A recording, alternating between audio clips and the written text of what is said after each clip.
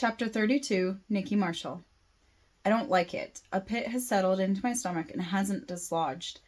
The larger group decided they didn't want to stay in the theater. They moved down to the second floor, claimed the Europa and mini golf areas first, then branched out a bit further.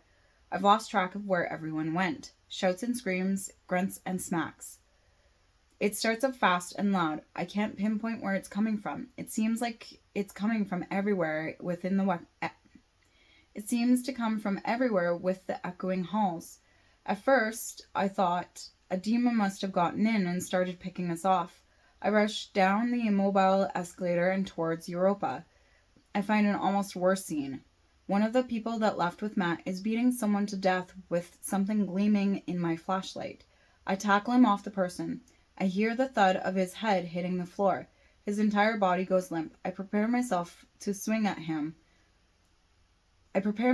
him to swing at me, but he doesn't. He reeks of alcohol. Lifting my flashlight, I go find him unconscious. That's good. We didn't fly too far away from the person. I shine a light onto them next. Immediate tears flood my eyes and run down my cheeks. A person's face isn't shaped like that. It's not natural. The dark blood pools around her blue head. It's Alex. I don't have to check her pulse to know that she's dead. No one could survive an injury like that. A sob forces itself out of my throat. I have to find his weapon. A quick scan of the floor with my light, and I find a meat hammer. I don't want it anywhere near me, but I don't want anyone else to use it. I grab the handle. It's a bit wet. I toss it into the water around the ship. No one will be grabbing it out of there. I need to stop this. Running to the closest noise downstairs, I find a group of 5 people in a dog pile brawl. I can only think to yell, "Stop this, stop fighting." Grabbing onto someone's shoulders, I yank them off the top of the pile. I let go of them and do the same to the next person. After 2 are off the pile, the others break themselves up. "The hell is wrong with you? Stop fighting each other. Why are you attacking us?" I scream. My answer is a fist coming towards my head. I easily grab his wrist and use his momentum against him to wrap his arm up the middle of his back. While he's still off balance, I kick at the back of his leg so his knees buckle. From there, it's easy to push him to his stomach and situate me on top of him to make sure he can't get up. "Answer me. Why are you attacking us?" My voice is firm and calm. It warns of more if he doesn't listen. "Bitch, no one said you could fight. Let me go," he demands. I hitch his arm up another inch. I know he's in pain without him having to make a noise. "Answer my question." "Matt, ow! Matt planned it. He said you were going to kill us all. We're just teaching him a lesson not to mess with us." I get off of him. He can get up on his own. "That's bullshit. He's going to get us all killed. His lesson has already killed Alex. Who knows who else?" "Are you kidding me?" "No one was supposed to die, I swear," the one says. "Then why would some of you have weapons? Alex's head was bashed in by a hammer. These guys are idiots, but I don't think they knew exactly what they were being a part of." "I swear we didn't know. We were just fist fighting, I swear. No one was supposed to get anything but bruises. We need to stop this. It's stupid."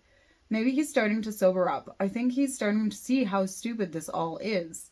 "Then help us stop this. Find Matt and get him to call this off." I let my body relax a bit. "He was going to the theater. That's where he thought you would be." "Well, that's discomforting. He was going to take care of me and seek me out personally." "Okay, come with me. We're going to find him and go talk with him. I'll need help."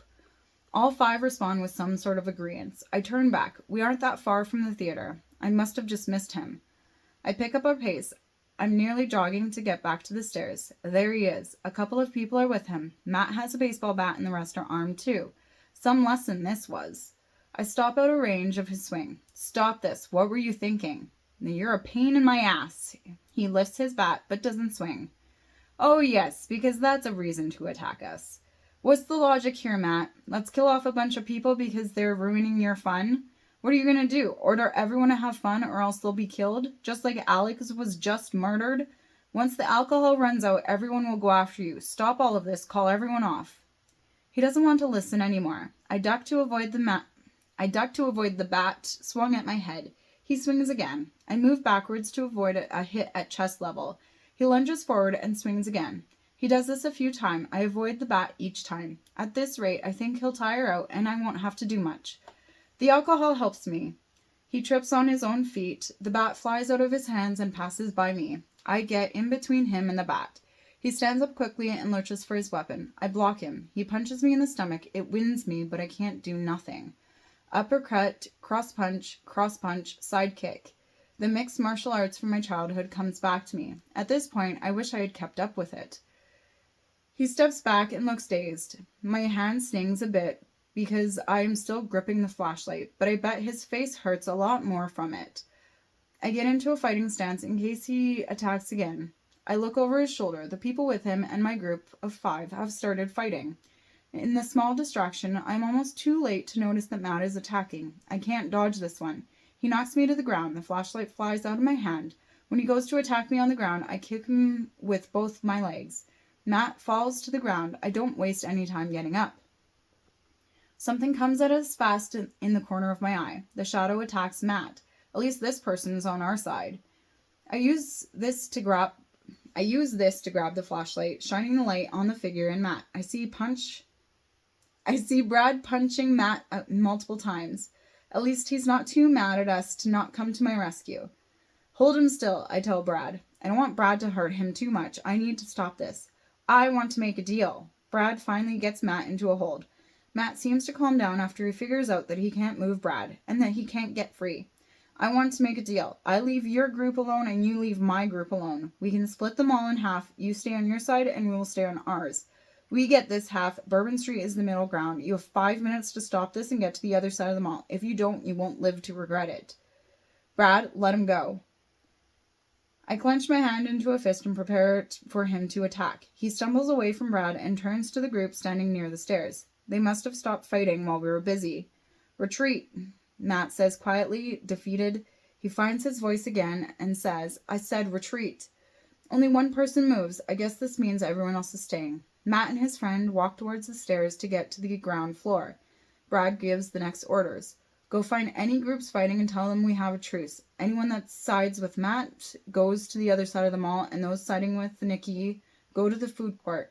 He looks at me. We should follow Matt to make sure he leaves. Okay. No one moves an inch after Brad tells them what they need to do. They might not trust him. You heard him. Get going. They quickly split off into 2 groups and start running towards any noises. They listen to you, he remarks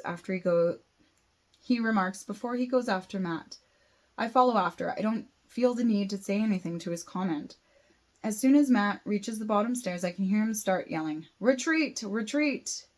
The other guys start shouting with Matt. They walk and yell the one word over and over. I'm not sure if it's an echo, but I swear I can hear other people shouting it too. There isn't enough light from the flashlight to see if anyone else is moving. I keep the light trained on Matt. Brad and I follow him towards Bourbon Street. It's not until we get to that point that we finally start seeing other people walking that way. I stop Brad when we get to Bourbon Street. We need to respect the deal, even if it's just the start of it and no one knows yet. Brad and I supervise the people retreating. They collect around Matt. Too many of them have blood on them. Half of them look like it belongs to them, and other patches probably came from other people. I hope no one else is dead.